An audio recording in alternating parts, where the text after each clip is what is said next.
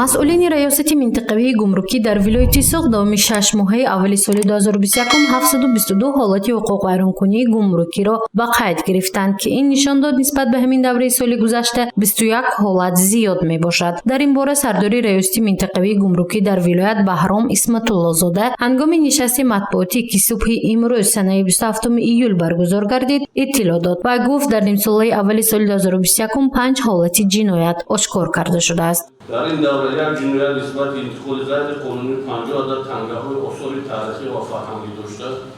دو جنایت برای تکرار سالی نموده حقوق ویرانکنی مأموری با ماده 570 کد حقوق ویرانکنی مأموری جمهوری تاجیکستان. یک جنایت نسبت انتقال غیر قانونی 10 تن خرمچه‌های وصل‌کنی الکترونیکی با ارزش 170,000 سوم. یک جنایت باید انتقال غیر قانونی 910 عدد تلفن موبیلی و دیگر لوازماتی اکسسواری با ارزش 289,600 تومان به قید گرفته شده است.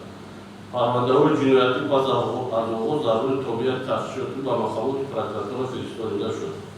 در دوره حساباتی 717 پرونده های حقوق ویرانکنی مأموری به قید گرفته شده است که از این مقدار 585 پرونده بررسی گردیده 410 پرونده به مقامات سودی ارسال شده است. بهرام اسمت الله زاده تاکید نمود که 132 پرونده دیگر هنوز مورد بررسی قرار دارد. در نتیجه بررسی پرونده های مأموری و پرونده های جنایتی به مبلغ عمومی 914,833 سومانی جریمه رویانده شده است. اوید به این و دیگر معلومات ها سردار این ریاست معلومات مفصل را به روزنامه‌نگاران پیشنهاد نمود.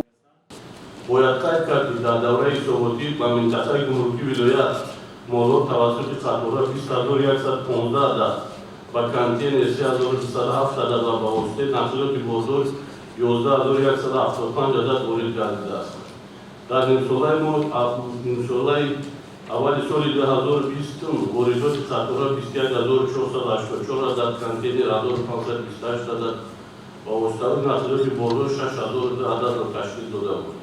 مقایسه نشان می‌دهد که در دوره حساباتی 1,360 قطارها کم وارد گردیده، واسطه نقلیات بردار به مقدار 5,173 عدد و کانتینرها باشد به مقدار 1,679 عدد زیاد گردیده است.